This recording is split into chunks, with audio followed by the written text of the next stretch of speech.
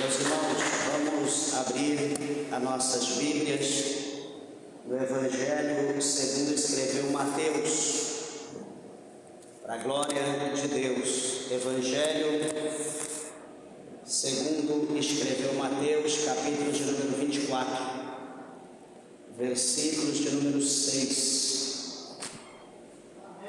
Aleluia, glória a Deus. Bom é estar na casa de Deus. 24 é o capítulo, Evangelho de São Mateus, 24. Todos acharam? Digo amém. Amém. Versículos de número 6 e 8. Deus abençoe. Diz assim: e ouvireis de guerras e de rumores de guerras. Olhai, não vos assusteis, porque é mister que isso tudo aconteça, mas ainda não é o fim.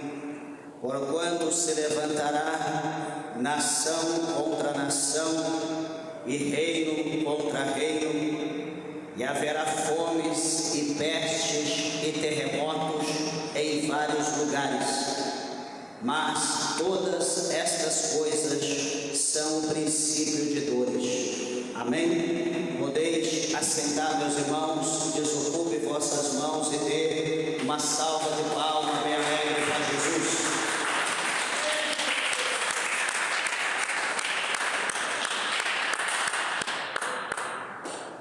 Graças a Deus. Meus irmãos, peço por favor a tua atenção à palavra de Deus. Eu tenho certeza, creio que o Senhor, Ele tem uma palavra aos nossos corações. E quando nós lemos, meus irmãos, o capítulo de número 24 do Evangelho segundo escreveu Mateus, quando nós atentamos para esses versículos, ou cada palavra, né, que está relatada ou mencionada aqui nesse capítulo, nós fazemos uma análise, né, dos dias de hoje, o qual nós estamos vivendo, e acabamos de ver este versículo 6, 7 e 8 ser aqui uma palavra muito poderosa, uma palavra muito forte, né, que nos impacta e que nos adverte e que traz em nós, né, a esperança e a certeza que, como o escritor aos Hebreus, ele mencionou, né, dizendo que um pouquinho de tempo, o que há de vir, ele virá e não tardará. Graças a Deus, porque essa palavra, ou esses versículos, este capítulo, esse evangelho, como todos os demais, está, meus irmãos, a se cumprir em nossas vidas. Observa que este versículo, ou esses versículos, que nós acabamos de ler, né, traduzindo para os nossos dias de hoje, né, ele fala sobre guerras, ele fala sobre crises, né, fala sobre, de uma forma geral, quando se fala crise, né, engloba muita situação, mas provavelmente na direção, né, das nações, ou podemos dizer crise política, né, hoje praticamente todos os países estão em crise, né, não existe, por exemplo, um país da terra que nós podemos imaginar ou pesquisar e dizer, não, esse país está uma maravilha, esse país é lindo demais, é uma bênção, não tem guerra, não tem fome, não tem peste, não tem nada, né, que está acontecendo nos outros países. Lá é uma fortaleza, é um porto seguro, vamos para lá. Não existe. Todos os países do mundo estão em crise. E fala, né, também sobre as tecnologias, né, sobre os problemas morais, fala também sobre pandemias, né, que temos vivido. Fala também sobre as famosas mudanças climáticas, né, que estão sendo debatidas em todo o mundo. Fala sobre o avanço, né, da IA, ou seja, da inteligência artificial. Fala também sobre o globalismo, né, de uma forma geral, e fala também sobre aquilo que está um pouquinho aqui mais adiante, nesse mesmo capítulo 24, sobre o esfriamento do amor. E nós vamos falar, né, sobre esses pontos que nós acabamos de mencionar. Nós vamos estar falando nessa noite aqui a palavra de Deus. Quero estar pregando, dando ensinamento, né, na verdade, aos irmãos, à igreja, né, para despertar a fé dos irmãos, a atenção dos irmãos, né? Porque tudo isso se cumpre. Quando se cumpre isso aqui, mostra para nós que Jesus, ele está mais perto do que nós podemos imaginar. E, meus irmãos, eu quero falar alguma coisa lá do Antigo Testamento e também do Novo Testamento, porque o Antigo foi a promessa e o Novo Testamento é o cumprimento. Veja que os dois estão entrelaçados, né? A Bíblia, ela não existe, não teria fundamento só o Antigo ou só o Novo, né? Porque ia gerar uma incógnita, né? Nós iríamos ficar pensando, mas aonde foi dito isso? Como que aconteceu? Ou aconteceu aonde? Falou e quando que aconteceu? Então, quando os dois estão entrelaçados, né? Nós lemos o Antigo, vemos no Novo cumprir, olhamos no Novo o cumprimento e olhamos no Antigo onde foi feita a promessa. Enfim, isso traz luz, né, na nossa mente, assim tirando todas as dúvidas que nós possamos ter. E o primeiro ponto que nessa noite eu quero comentar com a igreja, né, com os irmãos, com todos os ouvintes da palavra de Deus, encontra-se no livro de Gênesis, né? Espero que você estude conosco a palavra do Senhor. Você que tem a tua Bíblia, por favor, né, não seja apenas um ouvinte, mas pratique, guarde, marque, para que amanhã, quando chegar alguém lá na tua casa, batendo palma lá com a revistinha embaixo do braço, mentindo, enganando, e você é mesmo, né, realmente está certo. Então nós temos que ter a palavra de Deus na nossa mão, como o salmista falou, né, que nunca falte os altos louvores, né, na tua boca, na tua garganta, e a espada da verdade nas tuas mãos, né? Então nós precisamos ter essa espada que é a palavra de Deus na nossa mão. E a primeira coisa que eu quero falar, meus irmãos, o primeiro ponto fala sobre a corrupção e o juízo, né? Corrupção e juízo nos dias de Noé.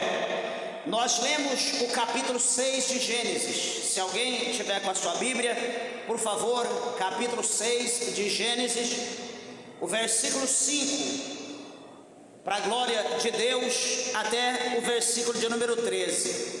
Deixa eu fazer menção para os irmãos entender. Diz assim: e viu o Senhor, né? Gênesis capítulo 6, versículo 5. Gênesis é o primeiro livro da Bíblia. Capítulo 6, versículo 5 adiante, diz assim: e viu o Senhor que a maldade do homem se multiplicara sobre a terra, e que toda a imaginação dos pensamentos de seu coração era só má continuamente.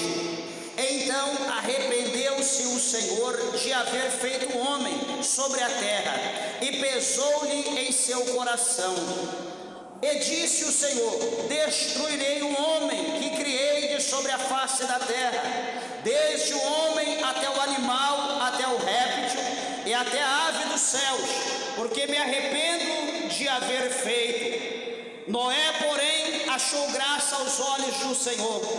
Estas são as gerações de Noé. Noé era um homem justo e perfeito em suas gerações.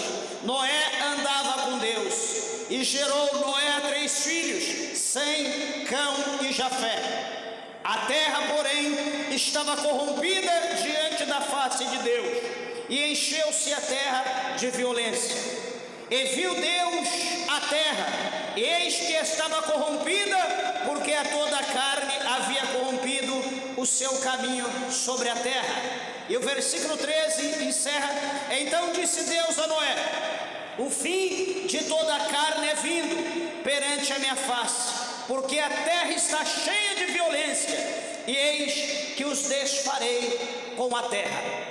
Meus irmãos, aqui mostra para nós que a corrupção, né, do gênero humano se proliferou de uma maneira tão extensa, tão grande, que o Senhor Deus, Ele decide fazer justiça ou manifestar o seu juízo sobre a terra. Veja que a Bíblia mostra aqui para nós que o odor do pecado, da abominação que era praticada, que era feita na terra, foi algo tão abominável que chegou diante da presença de Deus, e o que passou no coração de Deus não é preparar um Salvador. Deus, ele não quis salvar aquele povo. Deus, ele olha para aquele povo, ele vê que aquele povo era obstinado. Deus olha para eles e vê que não há jeito para aquele povo, que eles não iriam mudar.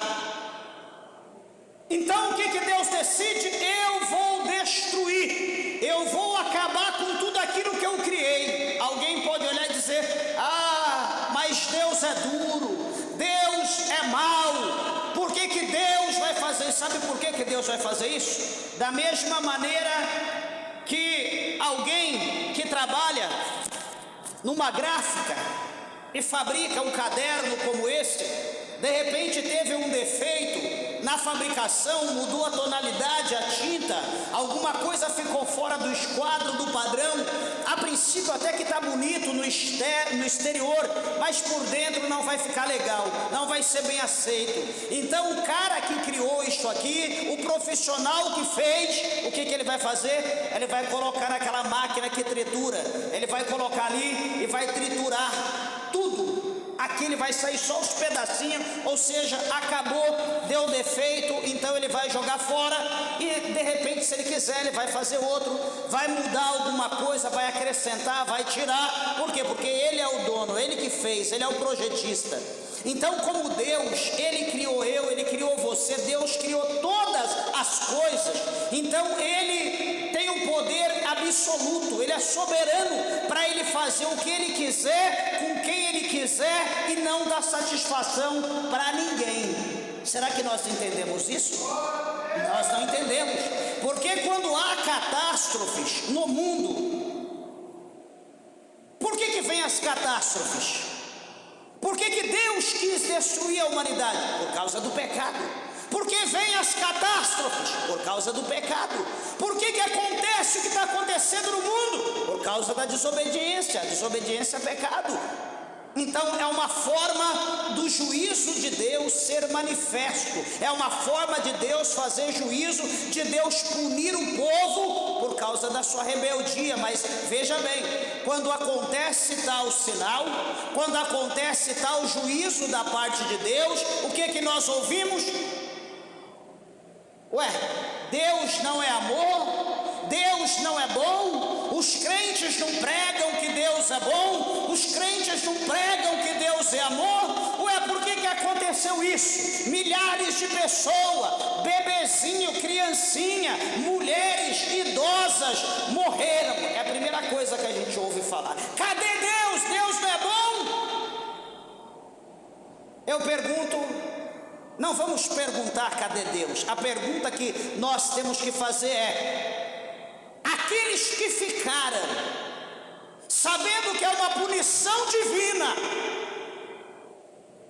essa punição que foi feita por Deus gerou um arrependimento no coração daqueles que ficaram e continuam pecando? Essa é a pergunta. Não gerou arrependimento.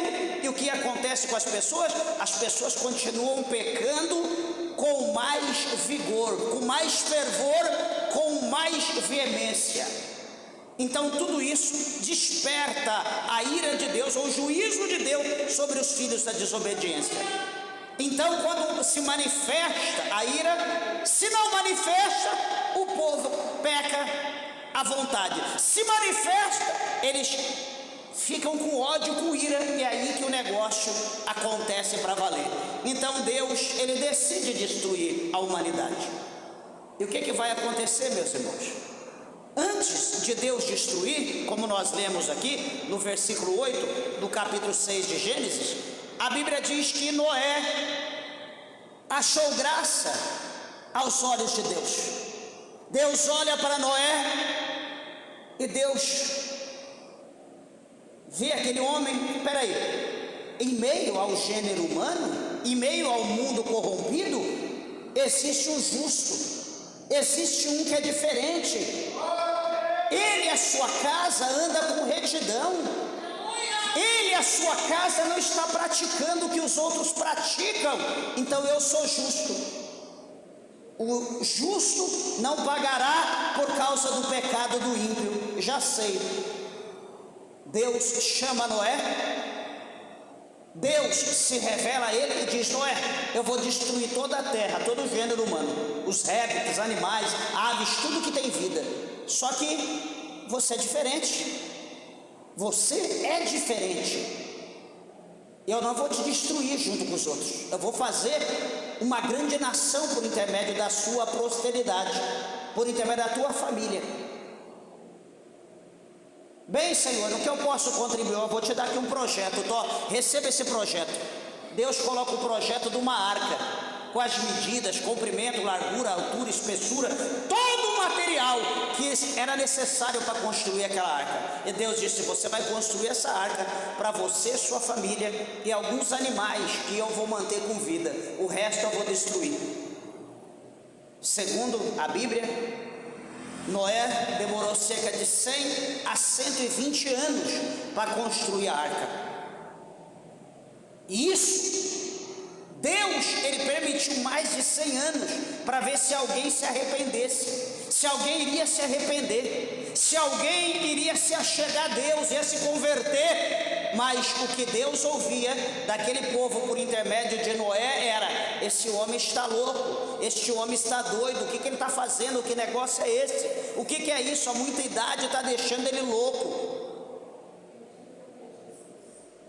Então, passou-se o tempo, o período de Deus, o Senhor colocou Noé, a sua família, colocou aqueles animais na arca, Deus lacrou a arca por fora, e vai acontecer o que? Vai acontecer o juízo de Deus.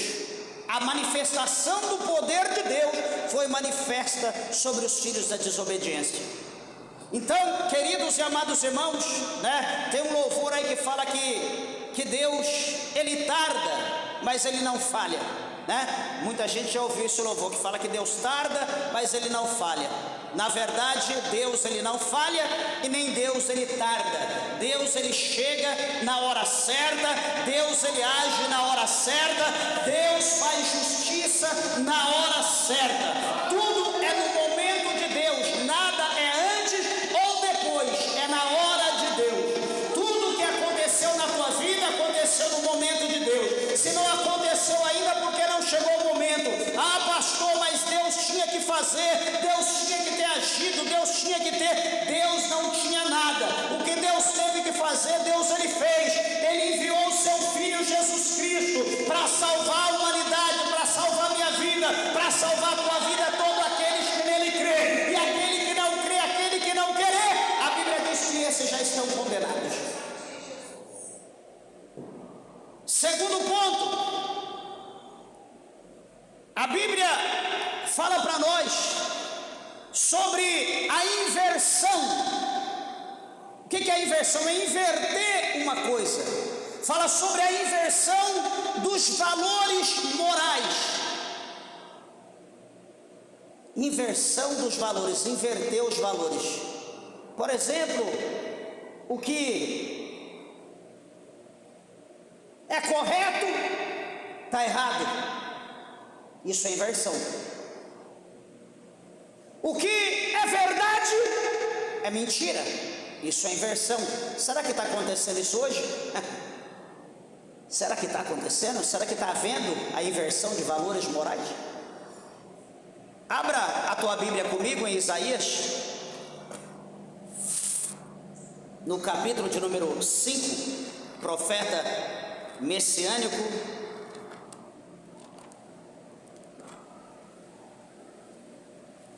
O salmista diz: como eu amo a tua lei, ela é a minha meditação todo dia. Isaías capítulo 5, o versículo de número 20. diz assim, Isaías 5, verso 20. Entenda bem, nós estamos falando sobre inversão de valores morais. Olha o que o profeta fala: ai dos que ao mal chamam bem, e ao bem mal, que fazem das trevas luz, e da luz trevas, e fazem do amargo doce, e do doce amargo. 21. Ai dos que são sábios a seus próprios olhos e prudentes diante de si mesmos. 22. Ai dos que são poderosos para beber vinho, e homens de poder para misturar bebidas fortes.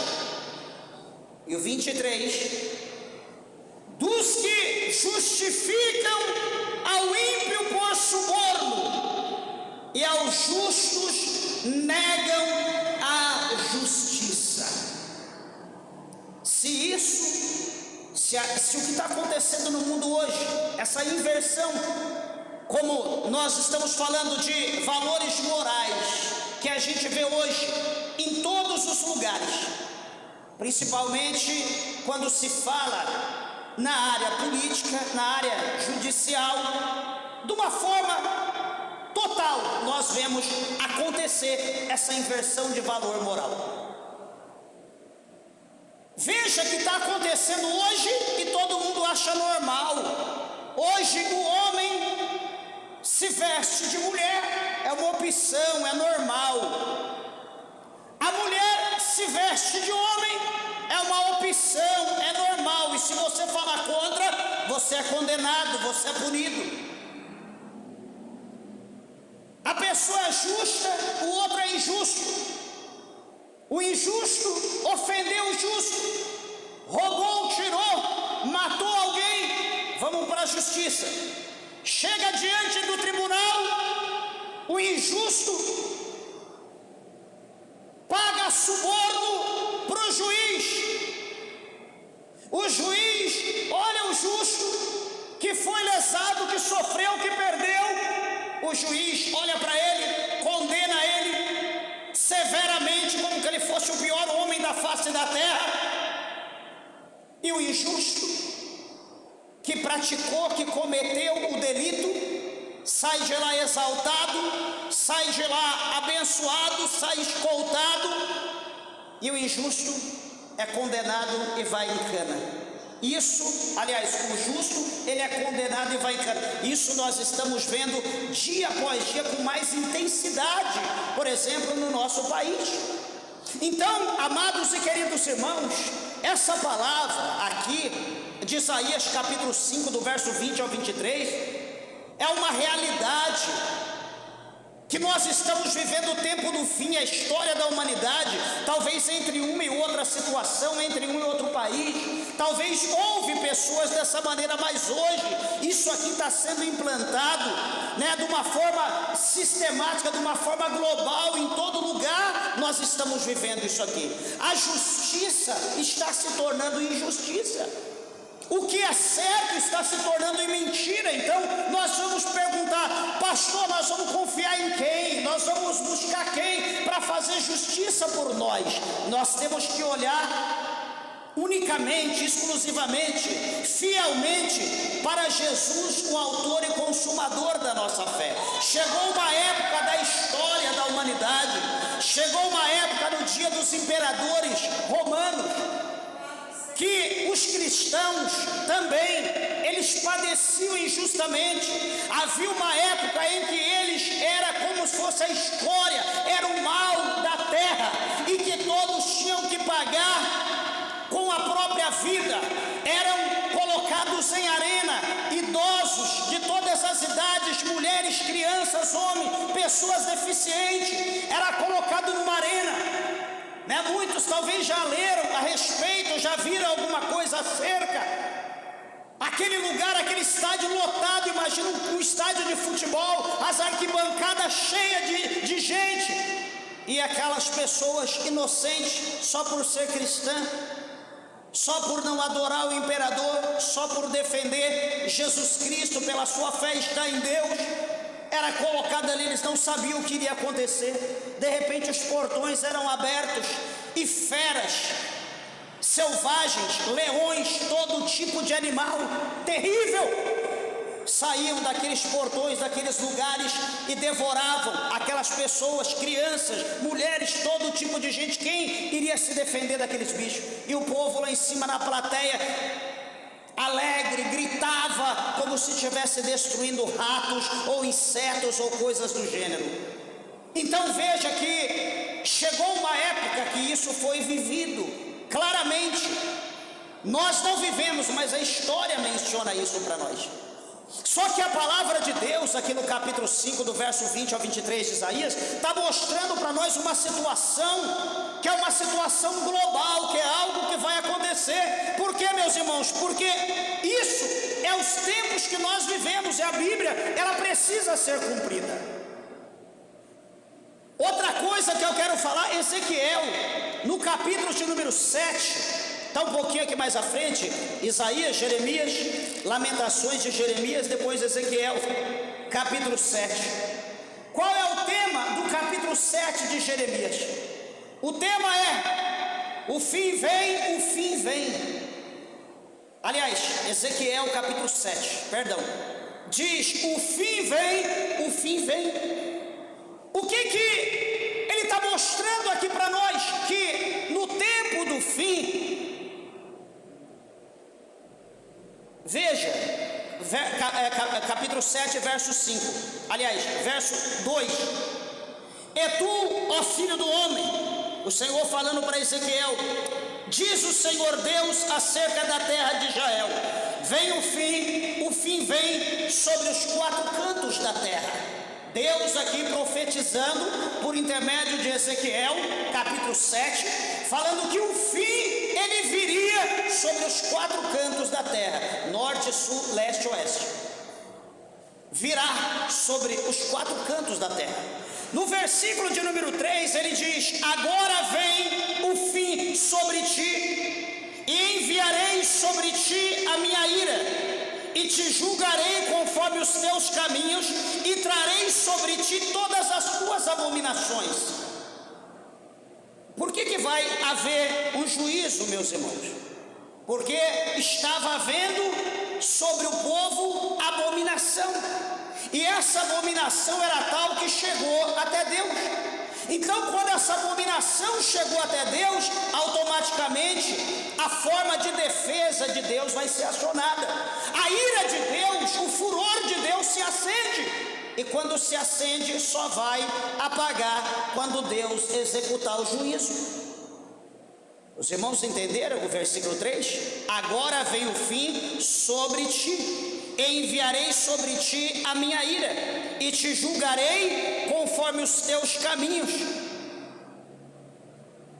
O Senhor está falando aqui para Israel, que Israel, como está lá no capítulo 6, capítulo 5, 6 de Jeremias, aqui no capítulo de número 7 de Ezequiel, a Bíblia mostra para nós que o caminho de Israel não era caminho bom. Lembra que nós lemos lá no capítulo 14 de Provérbios, que o salmista, podemos dizer, salmista Salomão, ou escritor Salomão de Provérbios, ele revelou, dizendo que há caminhos que para o homem parece direito, parece bom, mas o fim desse caminho é caminho de perdição.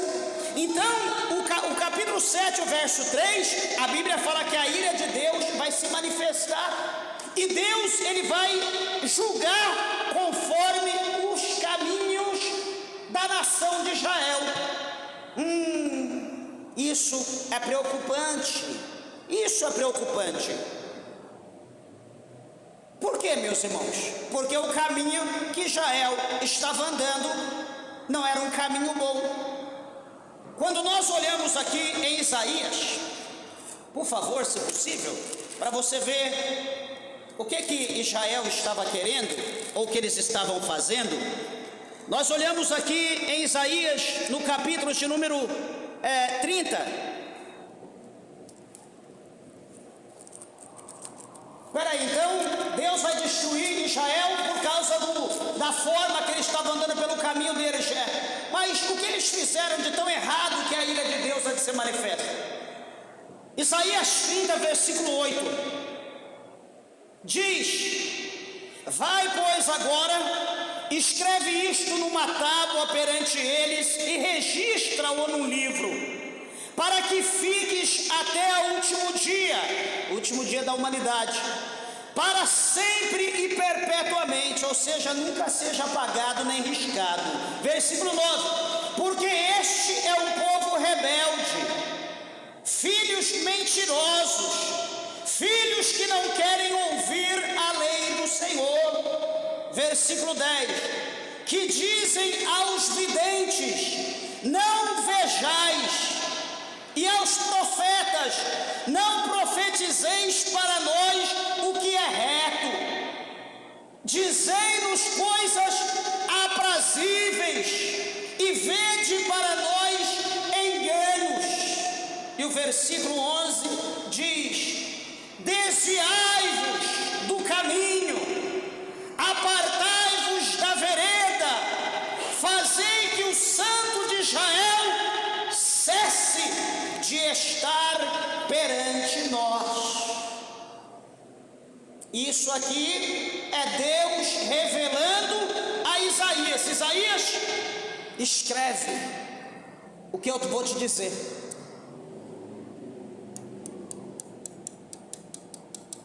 E alguém diz, por exemplo, no capítulo de número 8, aqui de Ezequiel, diz: Deus não nos vê, Deus não está aqui, vamos cometer todas as abominações no santuário, porque Deus não está aqui, Deus não nos vê, vamos adorar Tamuz, vamos adorar o sol, vamos adorar os ídolos.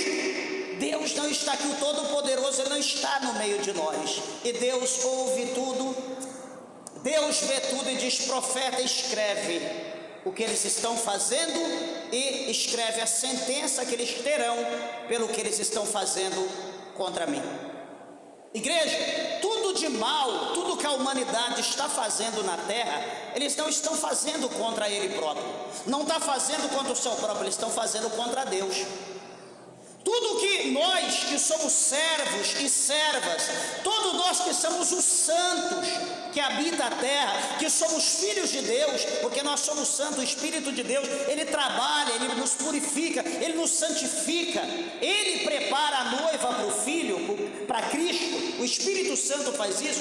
Então, quando nós desobedecemos, descumprimos a palavra de Deus, quando nós desobedecemos a palavra do Senhor, nós não estamos ofendendo o nosso irmão, a nossa irmã, o ministro ou outro. Nós não estamos ofendendo as pessoas que nos vê aí fora, o nosso vizinho, a nossa família. Quando nós desobedecemos, que nós praticamos o pecado, nós estamos ofendendo primeiramente e diretamente a santidade de Deus. Nós estamos ofendendo Ele. Sabe por quê? Porque lá no capítulo 6, no versículo 20 de 1 Coríntios, não é isso? Capítulo 6, versículo 20 de 1 Coríntios, a Bíblia diz lá para nós, né, do 19 e 20, está dizendo que nós não fomos comprados com ouro, nós não fomos comprados com prata, nós fomos comprados com o precioso sangue de Cristo. E lá Paulo ele diz, né, dizendo que a nossa carne e o nosso espírito pertence a Deus.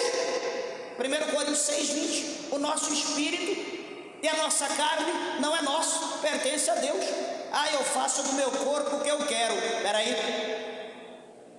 nós não temos poder sobre o nosso corpo, nem sobre o nosso espírito, porque não é nosso, é de Deus. Deus nos comprou. E a Bíblia diz lá que nós somos templo e morada do Espírito de Deus. E o Senhor diz: ai daquele que destruir o templo. O Senhor Você tem noção, igreja, do que está decretado para a humanidade?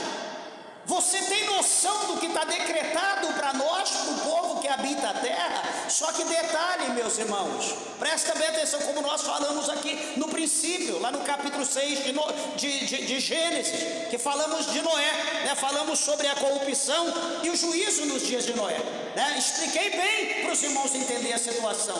Deus não iria destruir o justo por causa do ímpio. O que Deus fez? Deus permitiu a arca, para que Noé e a sua família exclusivamente fosse salvo.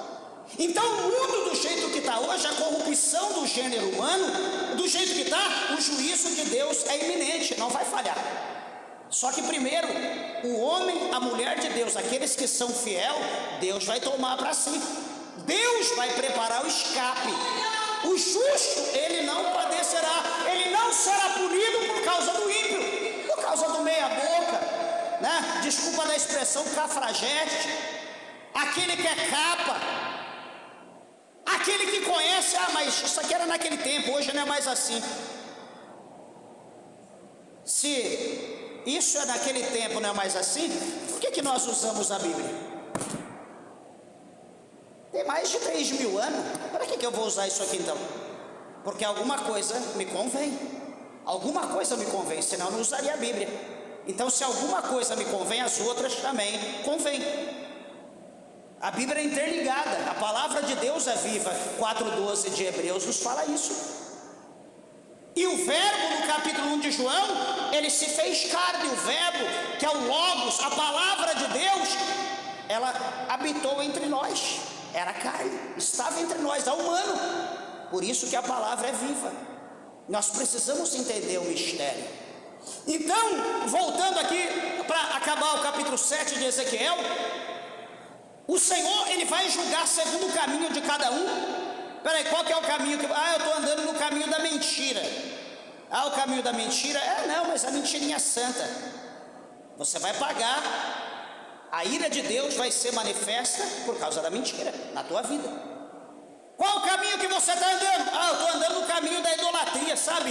Eu estou na igreja, mas eu tenho um santinho lá em casa. Eu estou na igreja, mas eu tenho um pigentinho pendurado aqui. Não, eu estou na igreja, mas eu tenho um santinho guardado dentro da bolsa, sabe? Para livrar, vai que vem algum bandido, o santinho está lá para guardar. Eu estou na igreja, mas eu tenho um crucifixo pendurado, eu tenho uma coisinha aqui dentro do carro guardada para livrar de acidente, para livrar daquilo. Peraí, a tua fé seja em Deus ou a sua fé seja em alguma outra coisa? Nós não podemos ter a fé dividida. A nossa fé é inteira em Deus ou não é em Deus? Por quê? Porque nós vamos pagar pela opção que nós optamos que não seja Deus, nós vamos pagar. O Senhor fala em Jeremias para o povo que confia em ídolos, que confia em imagens, que ia chegar um dia que o fogo vai destruir os ídolos, e o Senhor vai dizer: eu quero ver qual vai ser o Deus que vai livrar vocês da minha mão, da minha ira, porque todos vão se derreter como cera diante do fogo. Já pensou que decepção? Você confia num Deus, você confia num ídolo, numa imagem, está ali de joelho, está ali orando, clamando, pedindo, sei lá o que é, e quando chegar o dia do juízo, o ídolo vai evaporar, vai derreter, vai sumir, ou seja, vai te deixar na mão, e você, ídolo, santo, nem existe, nunca existiram. Deus, agora eu quero uma aliança. Sabe qual aliança? Aliança de fogo. Apertai. Deus está dando tempo. Deus está dando tempo como deu nos dias de Noé. Mas nós estamos querendo tempo, a gente está pedindo vida longa. Nós estamos pedindo saúde a Deus para continuar pecando cada vez mais. Nós não estamos pedindo saúde, pedindo bênção, pedindo prosperidade para servir a Deus com mais vigor, com mais condição. Nós estamos querendo para nos aperfeiçoar, melhorar, para a gente curtir mais o mundo e tudo que nos oferece. É isso que a gente está pedindo para Deus. Nós não estamos querendo benefício para servir a Deus melhor. Não estamos, porque nós vemos isso no dia a dia. Nós vemos isso no dia a dia, na presença de cada um, na minha presença na casa de Deus, na minha presença na meditação da palavra, na minha meditação na oração, no jejum. Está cada dia menos, cada dia está diminuindo isso. É um sinal que outras coisas estão cobrindo essa ausência.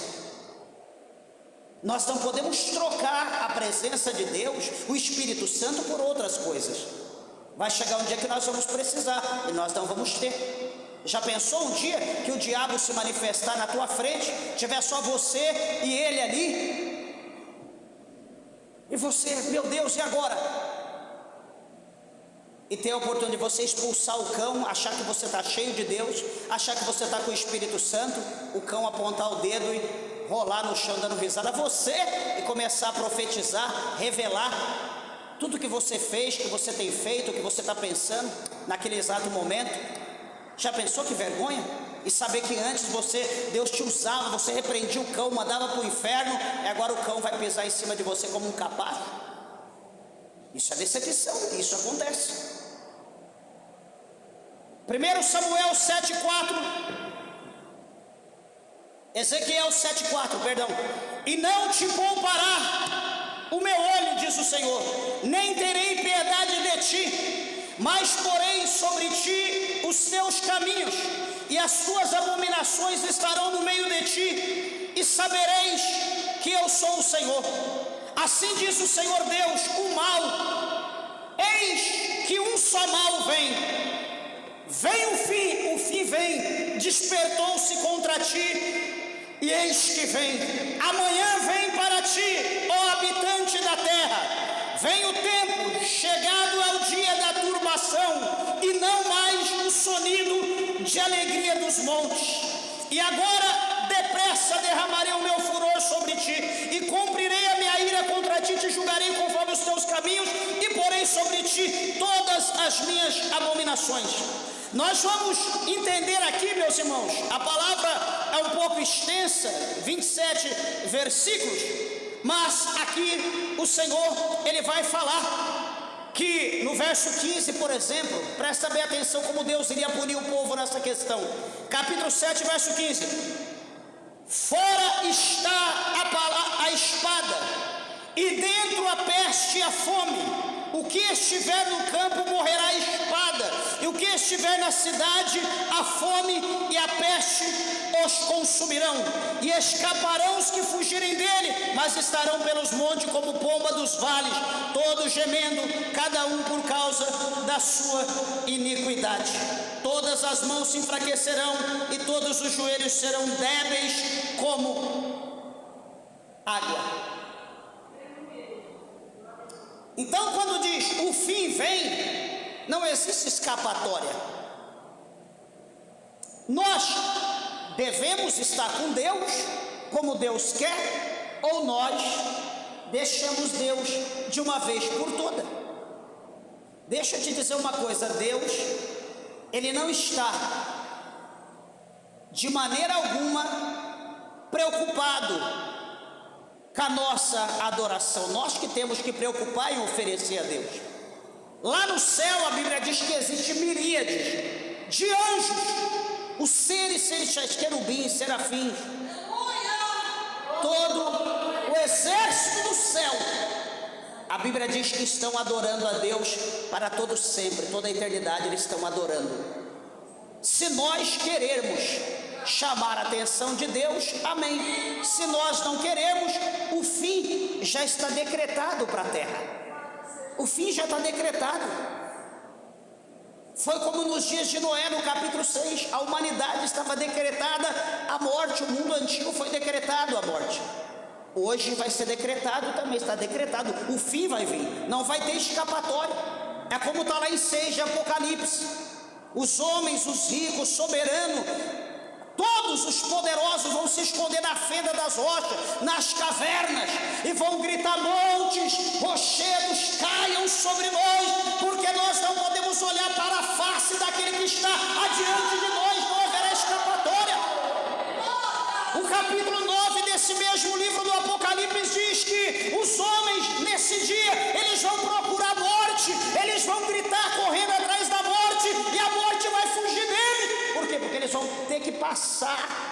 pelo momento de tribulação. Vai ter que sofrer, pastor, mas nós já estamos sofrendo. Se todo sofrimento for o que nós estamos passando hoje, não precisava mais nada. O que está por vir vai ser coisas muito para lá de terror, se nós olharmos a palavra de Deus e analisar cada uma dessas palavras. Meus irmãos, não estou colocando medo, estou advertindo a igreja que as coisas de Deus é séria e que o Senhor está às portas. O fim está aí, tudo está cumprindo, como nós lemos a palavra inicial, capítulo 24 de Mateus, versículos 6 a 8. Tudo está acontecendo, tudo está acontecendo. Nós não vamos mudar o que está escrito na palavra. Então, falei Gênesis, Isaías, Ezequiel.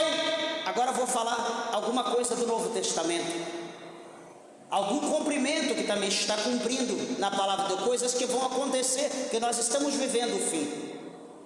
Observe, amados e queridos irmãos, que Jesus, ele deixou claro que haveria de ter sinais antes do fim. Pastor, como que se prega com clareza que nós estamos vivendo o fim? Por causa dos sinais. Se tivesse, desculpa da expressão, tudo azul, com bolinha da mesma cor, tudo em paz, nada tivesse acontecendo, então pode ficar tranquilo, pode ficar em berço esplêndido, que o fim estava muito longe. Meus irmãos, mas hoje até as crianças nascem já sabendo que o fim está aí. O fim está chegando e nós não estamos nos atentando a isso. Olha o capítulo 24, versículo 3 de Mateus. E estando assentado no Monte das Oliveiras, chegaram-se a ele os seus discípulos em particular, disseram para Jesus, perguntaram: dize-nos, quando serão estas coisas? E que sinal haverá da tua vinda e do fim do mundo? Eles perguntam, fazem aqui uma pergunta para Jesus, que Jesus venha esmiuçar bem, que Jesus venha ali colocar ali analiticamente cada situação, para que eles pudessem entender cada detalhe. E Jesus vai ser preciso nisso. Jesus não vai deixar nenhuma das suas crianças, que eram os seus discípulos, estavam começando como criança, Jesus não ia deixar nenhum sem resposta. Jesus vai procurar ensinar, instruir eles, deixar mais esclarecido, colocar luz na situação para eles entenderem bem. E também essa luz chegar até eu e você hoje, por intermédio da palavra. E o que ele diz no versículo 4? Jesus vai responder e vai dizer para eles: primeiro, acautelai-vos, que ninguém vos engane. Jesus vai dizer: fique tranquilo, tenha paciência, para que ninguém vos engane.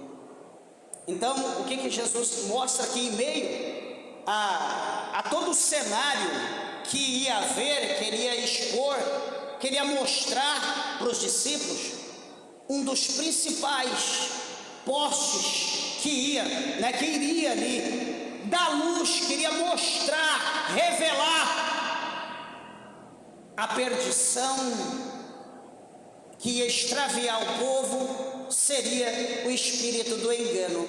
Veja que Jesus começa no verso 4: acautelai-vos para que ninguém vos engane. É interessante isso, é interessante.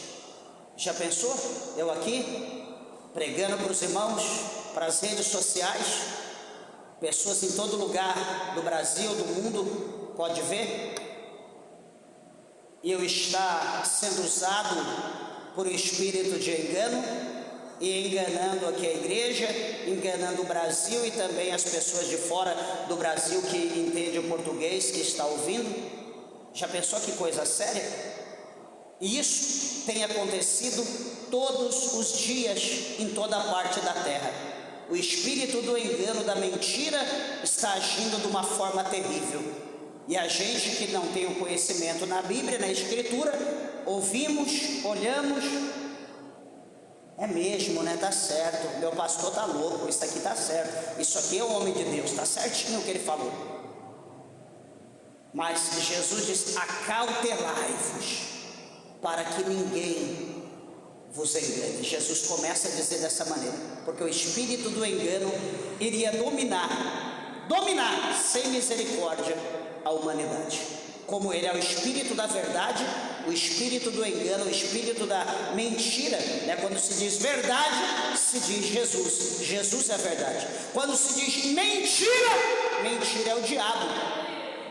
Veja que é o oposto. Jesus é a verdade, a mentira é o diabo, ou o diabo é a mentira. Está lá em 8,44 de João. Então, quando a pessoa mente, ele está revelando a essência dele, o pai dele, que é o diabo.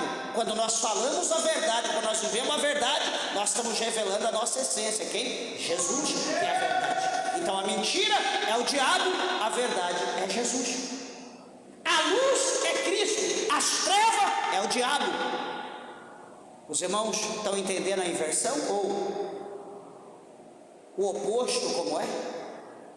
Jesus é do céu, o diabo é do inferno. É totalmente oposto, é o inverso. Então a gente precisa nos atentar acerca disso. Acautelai-vos para que ninguém vos engane. Versículo de número 5 ele diz, agora ele vai esmiuçar: porque virão em meu nome. Aliás, ele diz: porque muitos virão em meu nome, dizendo eu sou Cristo, e enganarão a muitos. Então veja que muitos vai vir no nome dele, e muitos também serão enganados. Opa, eu sou o pastor fulano de tal. Na verdade ele é um capa, ele não é o pastor, ele é um lobo vestido de pastor. Por que o lobo veste de pastor? Porque o lobo, ele se alimenta de ovelha, ele come ovelha. Então se ele chegar lá, eu sou o lobão, as ovelhas, ó, vai dar no pé, ela não é boba. Mas se ele chegar vestido de pastor, com o cajadinho na mão, igualzinho o pastor, do mesmo jeito, pegou uma lã lá, passou no corpo para dizer que é ovelha, para ficar com cheirinho de ovelha, as ovelhas vão olhar, vai ficar meio assim, mas ué, tem cheiro de pastor. Ué, tem cheiro, mas tá meio estranha a fisionomia, mas ele tem um cajado, tá vestido, a voz é meio diferente, tem os dentes meio estranhos, mas daqui a pouco ele dá comida, dá uma coisa, vai engordando as ovelhas e tal, no intuito de engordar, para ele se engordar. Ele está preocupado com o calã e com a gordura da ovelha. Esse é o intuito, é comê-la depois, ela vai engordar para comer. Sabe quando você planta, cuida ali da horta direitinho, você não está cuidando, se dispondo ali, porque você gosta de fazer aquilo, porque você quer comer aquilo que você está cuidando, que você está plantando. Então o lobo é dessa mesma forma, ele não tem preocupação com a alma, ele não está nem aí com o povo, o negócio dele é isso aqui, ó, lã e gordura. O lobo se preocupa só com isso, mais nada, não está preocupado se você vai para o céu ou se você vai para o inferno. Ele não está preocupado que você tem que obedecer a palavra ou não. Ele está preocupado com o teu dízimo, a tua oferta. Essa é a preocupação dele. Presente no culto, ajudando em tudo. Essa é a preocupação. Vamos fazer time de futebol, vamos acampar, vamos beber socialmente, vamos fazer capoeira, vamos, tudo que o mundo faz a gente vai fazer também. Traz a família, traz os amigos, e assim a gente vai indo. Mas santidade, obediência à palavra de Deus não existe. Não existe. Vamos fazer uma embromation, só louvor, louva aqui, louva ali, louva aqui, louva lá, 1 minuto ou 2 de palavra, 5 minutinhos, palavra de bênção, falando sobre dízimo e oferta, tá ótimo, chega. Isso é que um falso tem feito, está fazendo em toda parte da terra. Por isso que Jesus diz: muitos virão em meu nome e enganarão a muitos, diz o verso 5. Agora, por que nós vamos ser enganados? Por que a gente é enganado? Porque Oséias disse: o meu povo foi destruído porque eles rejeitaram o conhecimento. Se eu tenho conhecimento da Bíblia, eu não caio, eu não como qualquer coisa.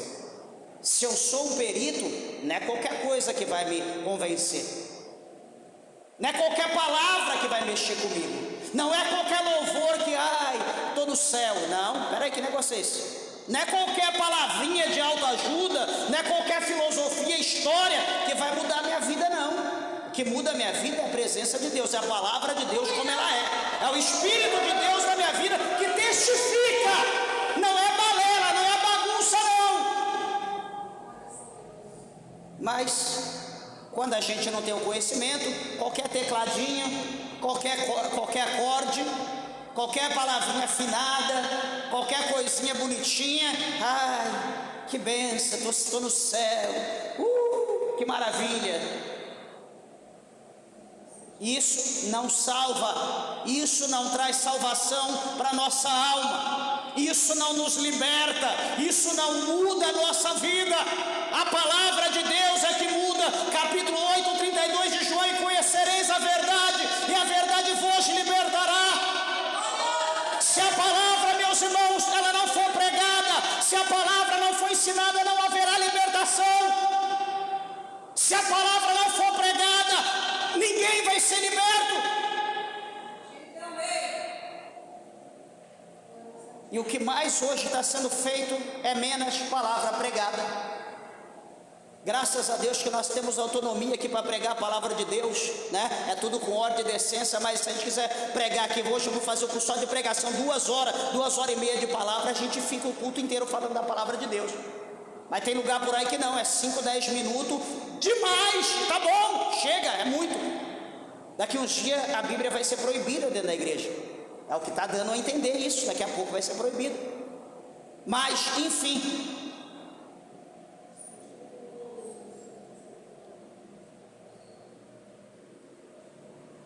alguém pode perguntar: pastor, quais são as características dos homens, das pessoas para os últimos dias? Se todo mundo é igual, não é assim, não é todo mundo que é igual, não. Talvez todo homem é homem, mas nem todo homem é igual. Toda mulher é mulher, mas nem toda mulher é igual. Todas as pessoas aqui dentro são crentes, mas nem todo crente são iguais. Tinha que ser? Tinha, mas infelizmente não é. Só que a Bíblia dá esse norte para nós, para a gente entender quem são as pessoas. A Bíblia mostra para nós. E eu quero aqui compartilhar com você, em 2 Timóteo, o apóstolo São Paulo, ele escreveu, em 2 Timóteo, escreveu, a carta para o seu filho na fé, chamado Timóteo. No capítulo 3, inclusive, a gente tem pregação dessa aqui nas redes sociais, no YouTube, falando sobre cada palavra dessa aqui, Acho que eu fiquei uns 2 meses pregando o capítulo 3, do verso 1 até o 5. Cada uma dessas palavras aqui nós esmiuçamos, explicamos cada uma, foi muito bom, no culto de doutrina, alguns tempos atrás. Mas enfim, 2 Timóteo capítulo 3, do versículo 1 ao 5. Versículo 1 diz: sabe, porém, isto, que nos últimos dias sobrevirão tempos trabalhosos, porque haverá homens amantes de si mesmos, avarentos, presunçosos, soberbos, blasfemos, desobedientes a pais e mães, ingratos, profanos, sem afeto natural, irreconciliáveis, caluniadores, incontinentes, cruéis, sem amor para com os bons, traidores, obstinados, orgulhosos, mais amigos dos deleites do que amigos de Deus, tendo aparência de piedade, mas negando a eficácia dela. Destes, afasta-te.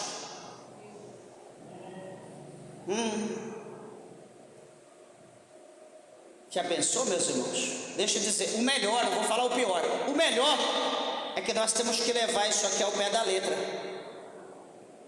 Só que se em levando ao pé da letra, daqui a pouco eu tenho que olhar para a minha sombra,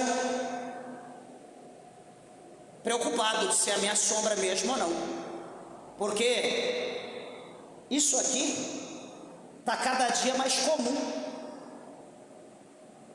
Está cada dia mais comum. Eu tenho que levar o pé da letra, tenho que levar. Por quê? Porque nós estamos vivendo o fim dos tempos. O apóstolo São Paulo fala para Timóteo ensinar a pregar, para que os seus ouvintes afasta desse tipo de pessoa. Só que detalhe, nós precisamos entender, isso aqui não é o povo do mundo, não. Isso aqui é para a igreja. Isso aqui é os crentes. São pessoas que vivem assim. Por isso que eu disse, nem todo crente são iguais, por causa disso aqui. Há diferenças. O que precisa? Libertar. Tempo atrás fui pregar numa igreja, me convidaram para pregar culto de libertação. Eu falei, todo mundo é crente? É crente. Aí eu tive que pregar isso aqui. Falei, não, então vamos ler 2 Timóteo capítulo 3. Todo mundo ficou olhando, falei, não, você é culto de libertação, todo mundo é crente, então a gente precisa se libertar de alguma coisa. O apóstolo São João, lá na sua missiva, na sua carta, lá no final, antes de Judas, ele escreveu dizendo que esses tais, que não seguem a mesma doutrina, o mesmo ensinamento, ele disse que é para a gente nem saudar, porque se nós saudarmos, nós teremos parte nas suas más obras. Veja, meus irmãos, como que a Bíblia nos coloca em cada situação. Espera aí, eu só toquei, recebi em casa, ou enfim, somos caracterizados pela palavra como que sendo igual. É difícil isso. Aí nós lembramos de 1 Coríntios, Romanos, capítulo 1, versículo de número 32. O que o apóstolo São Paulo diz? O apóstolo São Paulo diz que, ele coloca lá, lá desde o verso 27, capítulo 1, 27, se não me falha a memória, o 26, até o 31, ele fala lá, ali uma escada de pecados. E depois ele diz no 32... todos aqueles que cometem tais pecados, ou aqueles que consentem com os que cometem, são dignos de morte. Alguém pode dizer, pastor, mas isso não a gente não pode levar isso ao pé da letra. Então vamos rasgar essa folha. Se tudo que tem na Bíblia a gente não é bom para nós, rasga um versículo, rasga outro, daqui a pouco a Bíblia estaria uma peneira. Se brincar, a gente não teria nem capa mais. Os irmãos estão entendendo como que é a situação, meus irmãos? Então é assim, Paulo está mostrando para nós como que está o negócio hoje. Mas veja bem que ainda a palavra de Deus mostra para nós que vai haver um controle, está para acontecer, meus irmãos, por esse tempo agora, como já está acontecendo, eu creio que todo mundo tem o conhecimento disso. Está acontecendo um controle global, um controle global, da população da humanidade, para ser implantado a marca da besta. Hoje tudo, de primeiro havia uma música que dizia que a globalização era pequeno. Eu ouvia essa música, não servia a Deus, e a música dizia que a globalização era coisa do dragão, na época quando ia ser implantada a globalização, alguns anos, algumas décadas atrás, acho que umas 3 décadas atrás. E hoje tudo a globalização hoje é normal, e as coisas estão cada dia mais se tornando, se unificando. Por exemplo, vemos a unificação das igrejas, da religião. Então o Apocalipse, a revelação, o livro da revelação, o livro do Apocalipse, no capítulo de número 13, se alguém quiser observar, Apocalipse 13, no versículos de número 16, 17, diz assim: e fez que todos, pequenos e grandes, ricos e pobres, livres e servos, lhe seja posto um sinal na sua mão direita ou nas suas testas. Meus irmãos, nós estamos falando de globalização e a marca da besta. Então, João, naquela época que ele escreveu o Apocalipse, ele mostra que todos, pequenos, grandes, ricos, pobres, livres, servos, todo tipo de pessoa, não importa a classe, não importa a cor, o sexo, todo tipo de pessoas, seja posto um sinal na mão direita ou nas suas testas. Isso há mais de milhares de anos a Bíblia já fala sobre isso. E hoje o mundo inteiro está trabalhando, a tecnologia está sendo cada dia aperfeiçoada para acontecer esse tipo de coisa. O versículo 17 diz: para que ninguém, ou seja, para que nenhuma pessoa ela possa comprar ou vender, ou seja, ninguém poderá negociar. Ninguém vai poder negociar nada, comprar, vender, enfim, senão aquele que tiver o sinal ou o nome da besta ou o seu número. Sinal, nome e número. Ou seja, vai chegar um dia que esse sistema vai ser implantado por intermédio, o primeiro foco, o primeiro ponto, por intermédio da internet, que vai ser o principal ponto. O segundo ponto principal, o dinheiro digital, que está sendo implantado pelos bancos centrais do mundo todo. E o terceiro, pela inteligência artificial. Quando tudo isso estiver concluído, ninguém mais, vai haver a extinção do dinheiro físico, não vai haver mais a moeda, o dinheiro físico, tudo digital. E sendo assim, então, sendo implantado, todo ser humano vai perder o seu privilégio, como nós temos hoje. Todos serão dominados, rastreados, e então será implantado um sistema da globalização, ou seja, do controle das pessoas. Isso está chegando, está mais rápido do que nós possamos imaginar. Então esse sistema está sendo aperfeiçoado, mas a Bíblia já dizia isso mais de 2000 anos atrás. A palavra de Deus tem falado acerca disso, mas quem dava ouvido, quem deu ouvido? Ninguém. Hoje o que a gente vê na internet é falando sobre isso. Apocalipse 13 nunca foi tão falado, tão estudado como está hoje, porque está se cumprindo.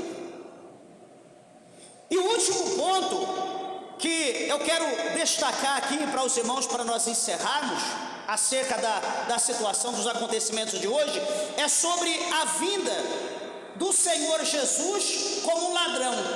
Ou seja, todos esses acontecimentos na terra mostra para nós como uma mulher parturiente, como uma mulher que está de parto, que está para dar à luz, que passa por todo aquele processo que incha, que fica doendo, as pernas inchadas, cansada, tem ali a gestação dela, ela vai passar por vários processos. É necessário, por quê? Porque está para nascer uma criança, está para vir alguém a esse mundo. Então o mundo, meus irmãos, que nós estamos vivendo hoje, o mundo está de parto. Alguma coisa está para acontecer, o advento está para vir, Jesus Cristo está para voltar. Então todos esses acontecimentos mostram que a vinda dele está perto, por isso que tem que acontecer isso. A Bíblia mostra para nós em 1 Tessalonicenses, se você quiser comparar, ver aqui comigo, 1 Tessalonicenses, o apóstolo São Paulo, ele deixou escrito no capítulo 5, 1 Tessalonicenses 5, do versículo 1 adiante, eu já encerro. Ele diz: mas irmãos, acerca dos tempos e das estações, não necessitais de que se vos escreva, porque vós mesmos sabeis muito bem que o dia do Senhor virá como ladrão de noite. Veja, o apóstolo São Paulo está dizendo que o dia do Senhor vai vir como um ladrão de noite. Por que o ladrão vem de noite? Por que o ladrão quer vir à noite para roubar, furtar à noite? Porque a noite é mais fácil, a noite não tem luz, as trevas não revelam o ladrão, as trevas escondem, ele se camufla nas trevas. À noite todo mundo está dormindo, são poucas as visualizações ou a visão, são poucas luzes na noite. Então o cenário é perfeito para o ladrão atuar. Então a Bíblia diz que Jesus, ele virá como um ladrão à noite. Ou seja, Jesus vai vir não quando nós estivermos dormindo, mas ele vai vir a uma hora que nós estejamos desapercebidos, que nós estejamos desatentos, que nós estejamos despreparados. É a hora que ele vai vir. Por isso que nós precisamos estar como as virgens prudentes, pronta a todo momento, aguardando o advento, aguardando o que há de vir, que virá e não tardará. O versículo de número 3 do capítulo 5 de 1 Tessalonicenses diz: pois que quando disserem a paz e segurança, então lhes sobrevirão repentina destruição, como as dores de parto, aquela que está grávida, e de modo nenhum escaparão. Então, quando chegar o dia da volta de Cristo, é como a mulher com a dor, ou as dores de parto, para dar à luz, de maneira que, acontecendo isso, não tem como voltar atrás. O que está por vir, vai acontecer. E ele continua dizendo que não escaparão, versículo 4: mas vós, irmãos, já não estáis em trevas, para que aquele dia vos surpreenda como um ladrão. E o último versículo 5: porque todos vós sois filhos da luz e filhos do dia. Nós não somos da noite nem das trevas. Então é uma advertência que o apóstolo São Paulo faz à igreja de Tessalônica, falando acerca da vinda do Senhor. Hoje falamos sobre os tempos que nós estamos vivendo, os acontecimentos que foram revelados no Antigo Testamento e também no Novo Testamento, e que nós possamos, repito novamente, estar pronto, como o capítulo 25 de Mateus, como as virgens prudentes, não como as loucas, que tinha só vasilha, mas não tinha azeite de reserva. Que tenhamos vasilha e que tenhamos azeite de reserva, porque nós não sabemos a que hora há de vir o nosso Senhor. Amém? Que Jesus vos abençoe. As horas se foram, as palmas bem alegre, exalta e glorifica o Rei.